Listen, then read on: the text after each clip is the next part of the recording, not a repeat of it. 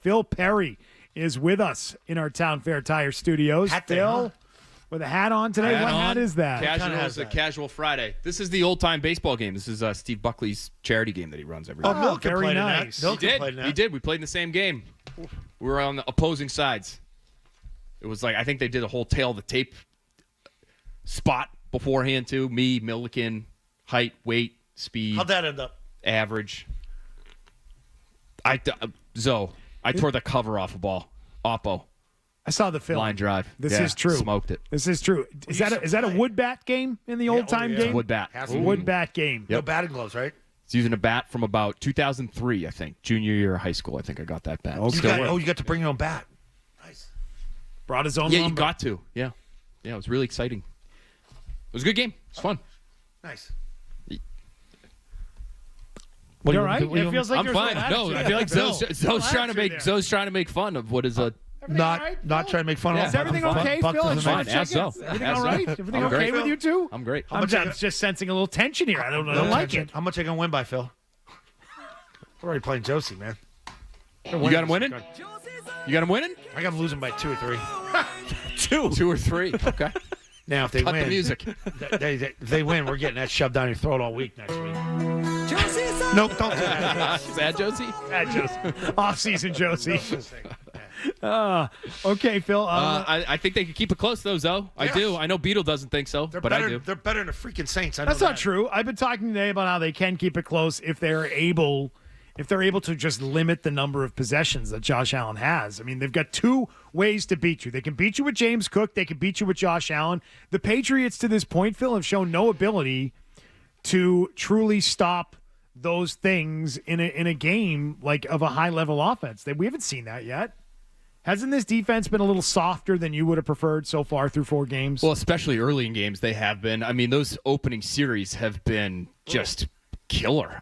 It's like zero resistance in some of these games. And so, to me, you can't allow that to happen because then, that crowd gets going. It becomes a really difficult place to play. It's already a difficult place to play. But if you let them jump out to an early lead and Josh Allen's 8 for 8 on the first drive for 85 yards and a touchdown, that's going to be a hard situation to overcome. So they have to figure that out early in games. You're not going to stop them, though. You know what I mean? That's kind of my point. You are going to have to score points. And even though I believe their best path to keeping this close is by running the football, that doesn't mean I think it'll be a low-scoring game. I think running the football leads to explosive pass plays because then you're throwing play-action stuff down the field, and then the linebackers are being enticed to suck up closer to the line of scrimmage, and you're finding these big open spaces in the middle of the field where Stephon Diggs or Hunter Henry can go feast. So run the football, run it a lot, try to keep Drake Maye's pass attempts low. I'm with you on all of that. But there should still be some explosive playmaking within that type of game plan that allows you to keep it close with Buffalo. I like the under in the game at 48.5. He's thinking. 48.5. Yeah. Yeah, so you got like 23, 20. Yeah, I don't think so. I see more. 24-16. Wow, you see more, huh? I see more points. 24-17. I don't believe in either defense. I can't sit here and say under if I don't believe in either defense. The Bills are the worst defense in the league at stopping the run. The worst. Last in the league in a number of different categories. Near the bottom of the league in terms of efficiency. But, yards after contact, they're last in the league. They're last in the league in the number of 10-plus yard runs they've allowed this season. The next closest, they've allowed 26 10-yard runs or longer.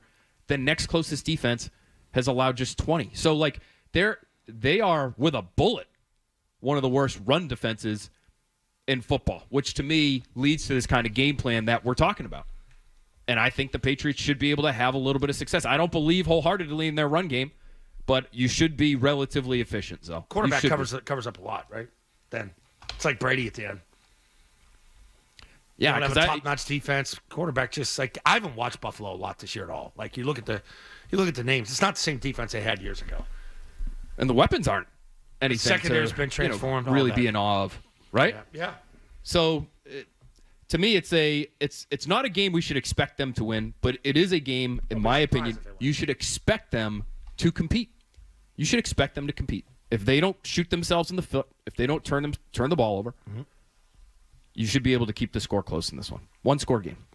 That's what they listen, they'll never say that. That's what they should be shooting for. But you don't see them turning it over. I mean, you don't see them winning it, is what you're saying. I'm not going to pick them to win. Not gonna, no. And you know what? Just even doing that and keeping it to a one-score game, in my mind, is an achievement.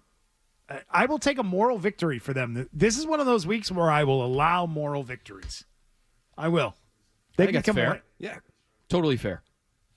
They're not supposed to beat Buffalo yet. That's not where they are. I don't need them to beat Buffalo to consider them on the right path this season.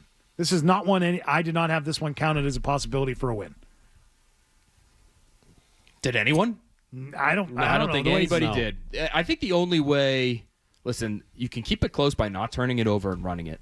The way you would win would be if they screw it up, right? Or if they somehow overlook you, even though it's Sunday Night Football. It's a divisional game. It feels like a really tough one to expect them to overlook you. Can you catch them sleeping in this regards, though? Their last 3 opponents have been just abysmal. It's the Jets, the Dolphins, and the Saints. And those are 3 teams that are in the running for the worst in football right now. So could you get sort of this long buildup of they know they can just kind of slap it out there and win for the better part of a month. And now you show up and you face up a feisty Patriots team on the road that's looking to prove something. It's almost like their worst nightmare because like they fought so long and hard to sort of replace you as the top in the AFC East. And once Brady left, they sort of had that wrapped up, and they've been at the top here. Now all of a sudden you get the Patriots being good again. Hey, a lot of comps being made between Drake Maye and Josh Allen. Are those fair? Are those appropriate, Phil Perry?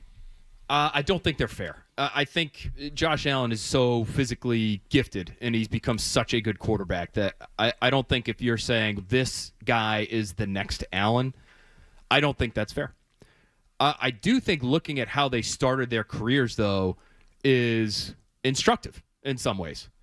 It doesn't mean that May will ultimately end up where Allen is now, and Allen's game has changed even over the course of the last 12 months, guys. He's not throwing as deep as he did last year. He's making fewer mistakes. He's on pace for a career low in interceptions and turnover-worthy plays. He's become maybe a little bit more conservative, but you still have these incredible explosive plays because he is that talented. So very few guys get to where Allen is right now. But I think their paths can be similar in that May was viewed as really raw, although maybe slightly less raw than Allen was coming out, but that was the rap on Allen as well. Yeah. And he's cleaned it up, and he's cleaned it up even more quickly than Allen did. It was year 3 when Allen really became the guy there. By the end of his second year, he was still statistically one of the worst quarterbacks in football. It was Dayball. It took Dayball to get him. Yeah. 26, 27, 25, and just about every important statistical measure. He was terrible early. Like May has never been called terrible. No. There was a stretch where this guy's a bust. I remember calling games against him. He was awful. Laughing at it. And maybe that's because McCourty was picking him off left and right. You think May was maybe a little bit more polished, as raw as May was. I think he was even a little bit more polished than Allen was.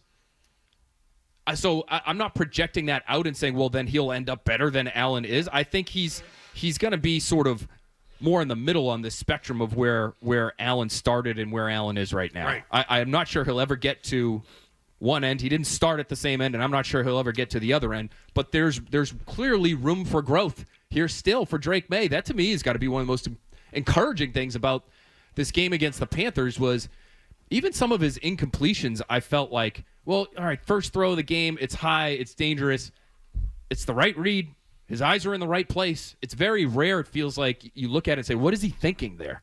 Right? So, you're calling the games. I'm listening to you. It's very rare. It's like, I don't get a lot of mid-throw. Right. Right.